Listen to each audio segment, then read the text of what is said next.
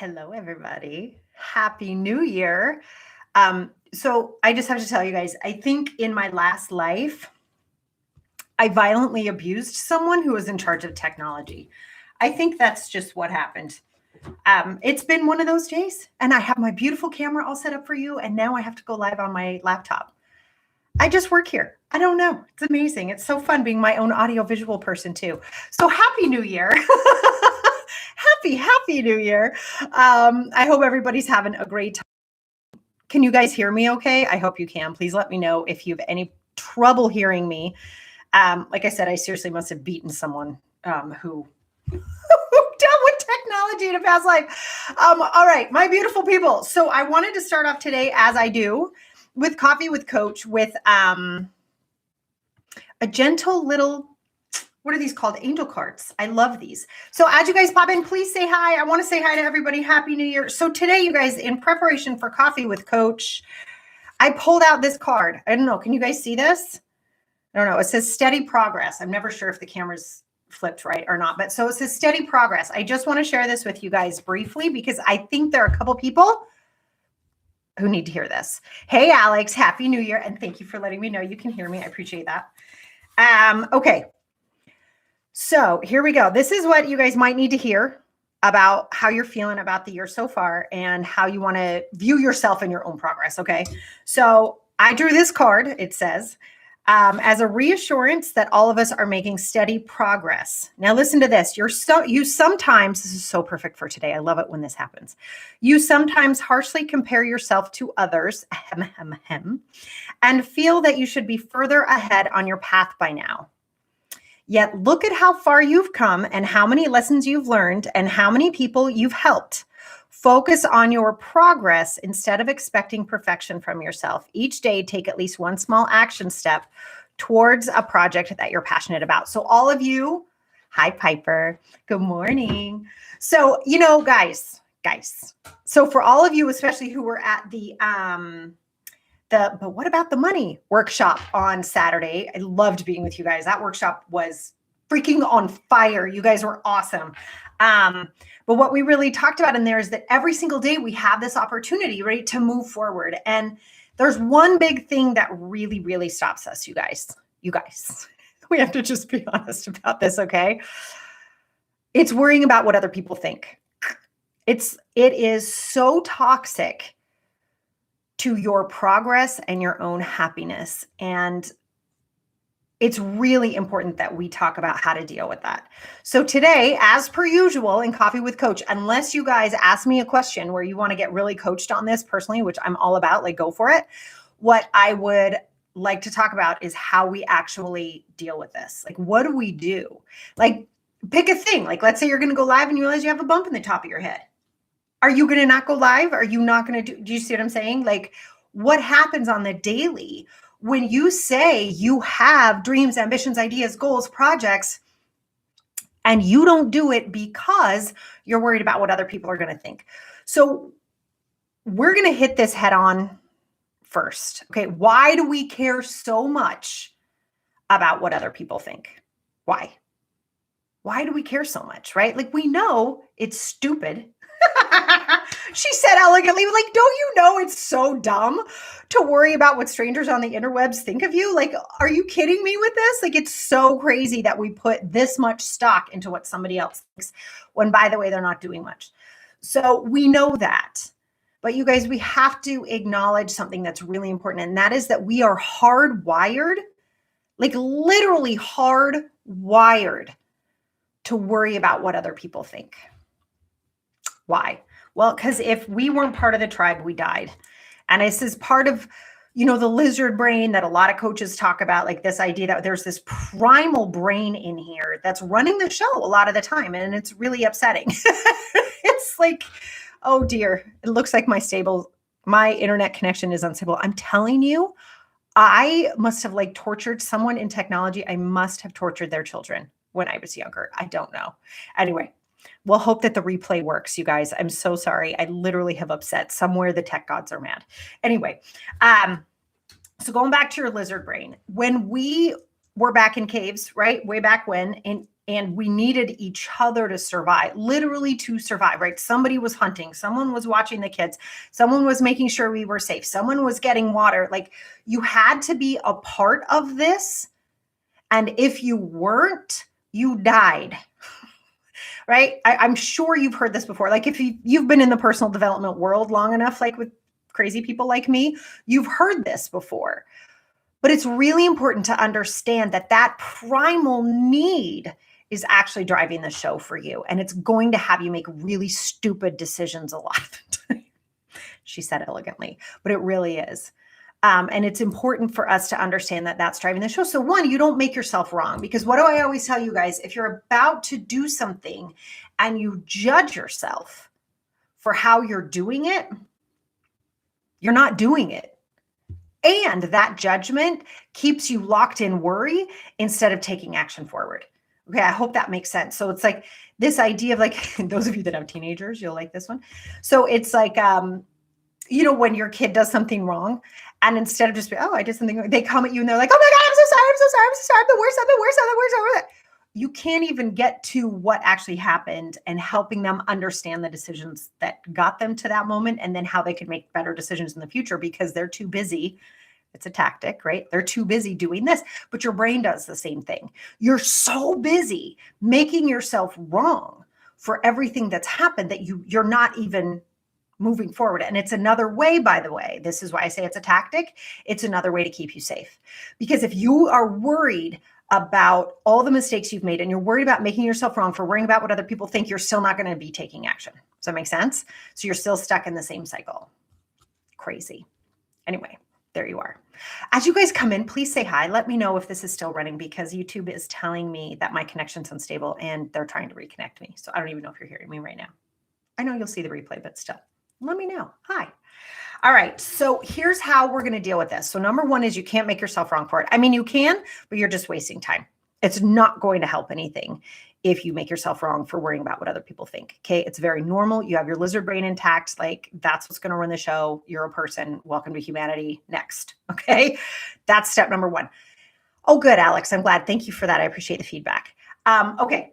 So here's what you got to do. Number one. Okay. You ready? And this is probably journal worthy. It's up to you if you want to write this down, but you need to create your own personal philosophy.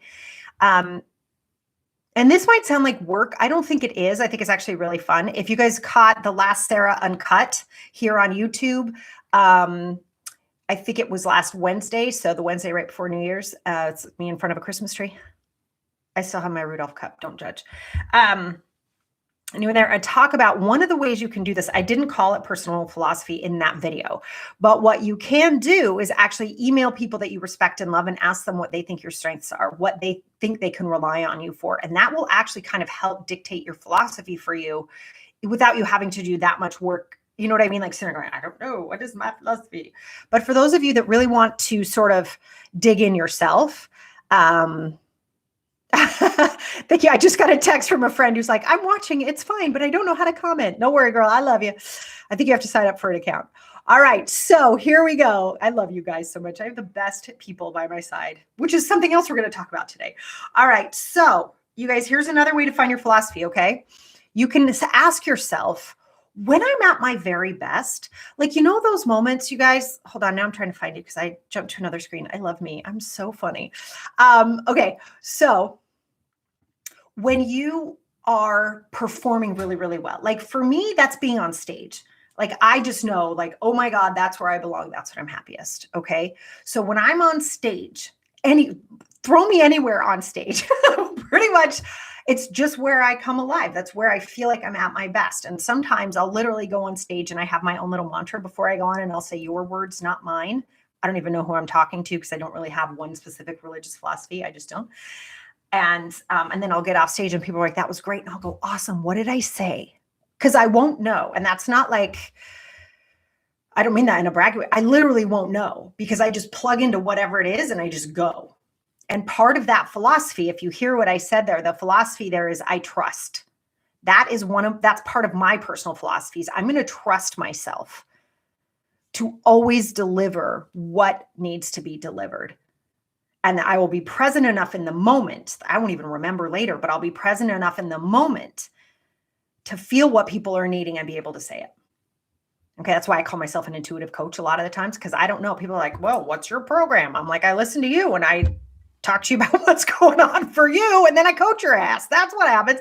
So I call myself an intuitive coach, because I'll sit with you and actually like talk to you about it and say, what do we need to do here to have you move your life to the next level, right? Move your business to the next level. Same thing happens for me on stage. So I'm doing this, you guys, to help you figure out your philosophy too. But do you hear that? So there's self-trust and there's presence, and those are part of my philosophies. The reason that's important, you guys, when you get scared about what other people think and you start to stop taking action, you start pulling back, right? You're like, oh my God, you're not trusting your own philosophy. And you may not know what it is. That's why it's so important we define it together here today. It's the first Monday of the year. Let's go, right? Define your philosophy. What do you think it is? Is it integrity? Is it about always being honest?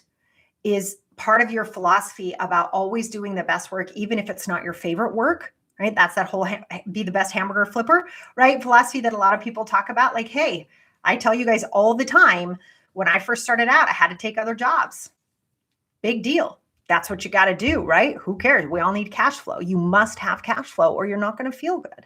So do what you need to do that, but do it well. It doesn't matter what it is, as long as you're delivering with excellence and you're being kind and you're contributing to someone else's life, someone else's happiness.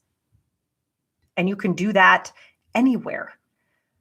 Working at Pottery Barn, working at Starbucks, pumping somebody's gas. Really, like, can you not make somebody's day when you do that? Like, do you guys get it? Doesn't matter what the thing is you're doing. It just doesn't. And in our weird society, we've labeled some high class and some low class. I don't know what the hell that's about. Like, every single kind of work has dignity, and every single type of work allows you to contribute to someone else's life. If you know what your philosophy is, you hearing that? So I'm saying, like, who cares what someone else thinks? How are you delivering? Do you hear how that's starting to twist? I hope that's starting to twist for you a little bit of like, who gives a rat's ass what someone else thinks about it? Are you contributing to someone else's life? Are you moving your own life forward? And there's something underneath that I just want to share that I think is really important as you're delivering your philosophy, is we want to understand our own drivers, like what makes us excited to get up in the morning, like what has us want to get out in the world and deliver with excellence.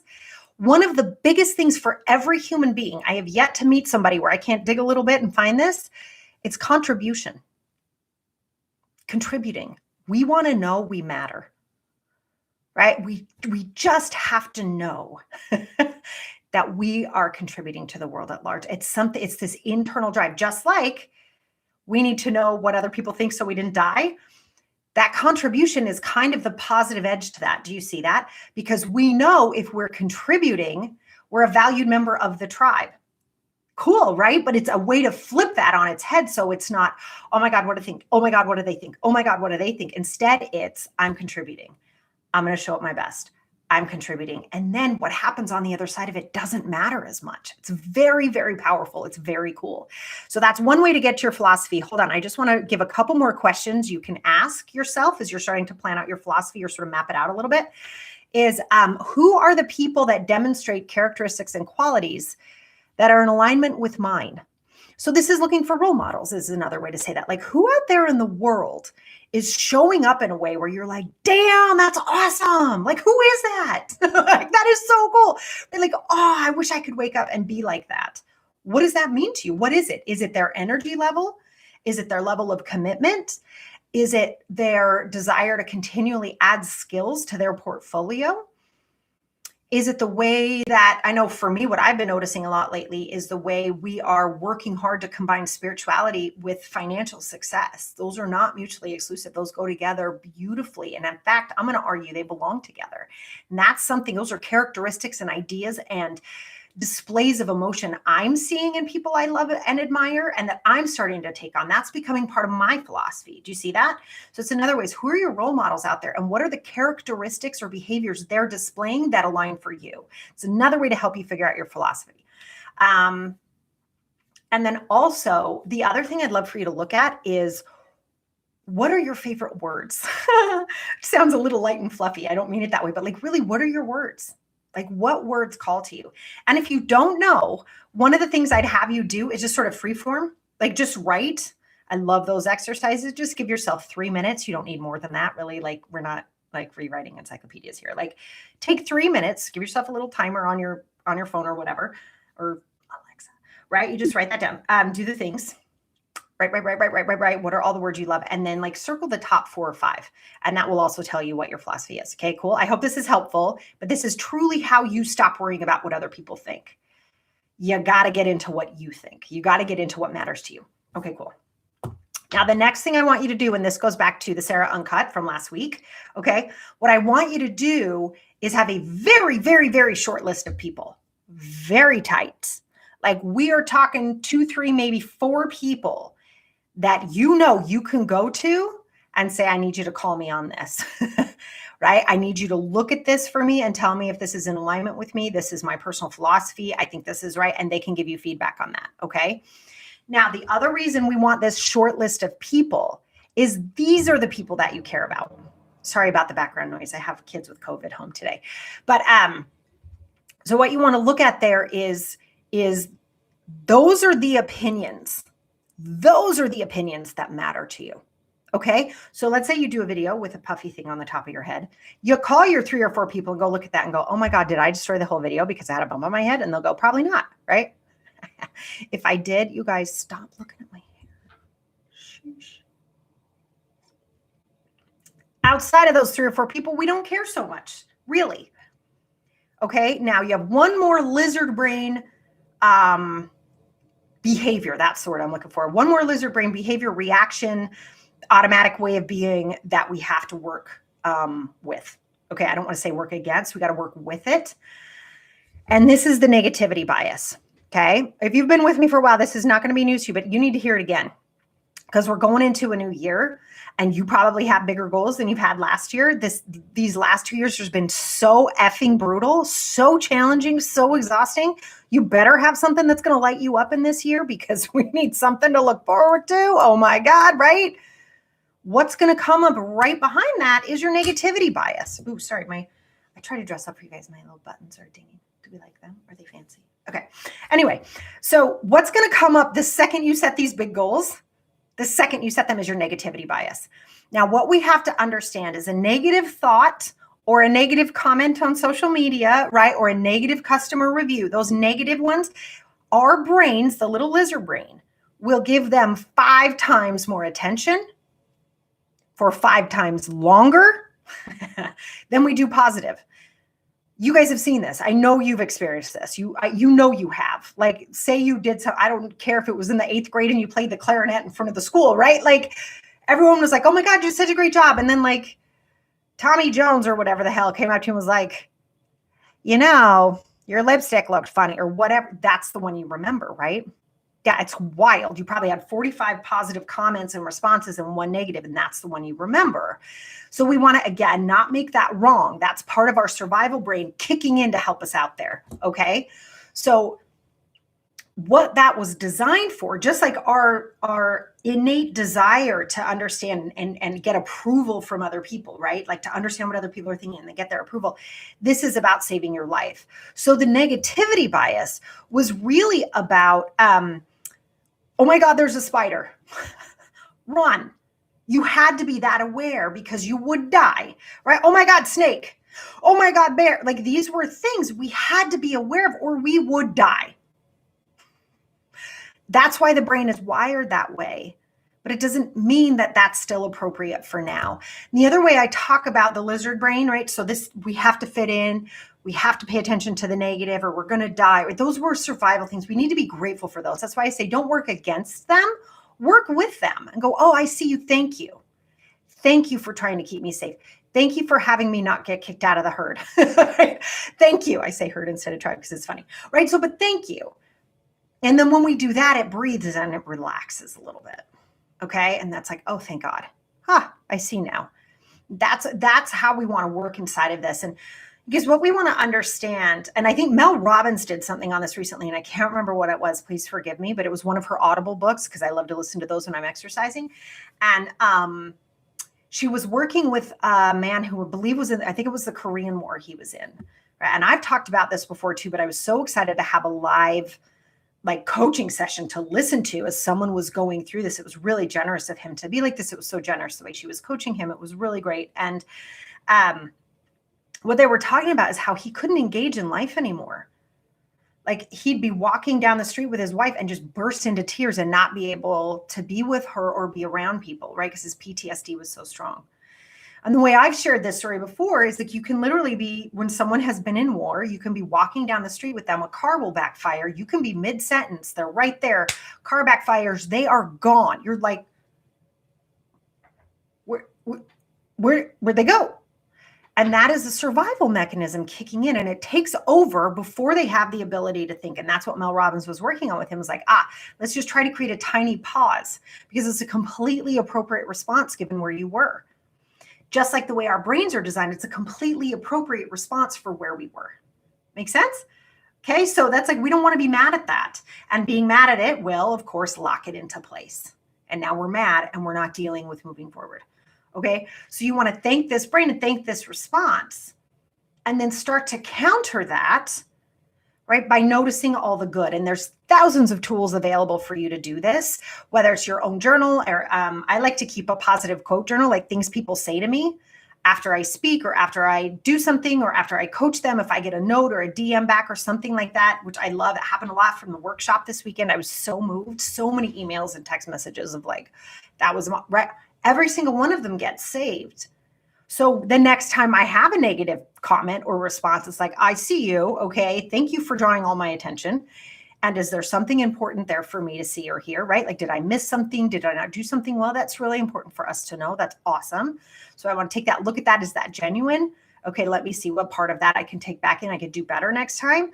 Or was this person just pissed off and had a bad day and this really has nothing to do with me? And that's my practice, right? That takes some time and energy to be like, am I responding to this because this is real? Or am I responding to this because now I want to be mad back because they had a shitty day? I swore, sorry. Okay, so coming back, that's my practice there. I would go through and I'd read the positive comments and be like, okay, I'm actually doing a good job. I'm helping a lot of people. I'm doing what I'm here to do.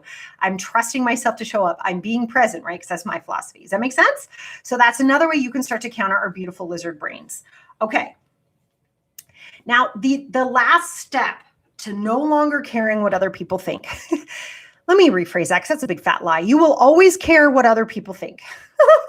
It's like, I'm like, that's a lie. I can't say that.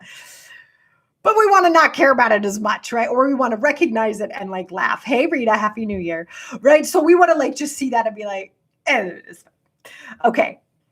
And this is to push. By the way, can I just laugh? So I have water and tea. I just cheers myself. I don't know why, but if you heard a ding, that's what that was. I'm on fire today, you guys. Happy freaking New Year. Holy cannoli. So the next way to release a little bit of your concern about what other people think is to make fun of yourself a lot. No, not that, though it does help.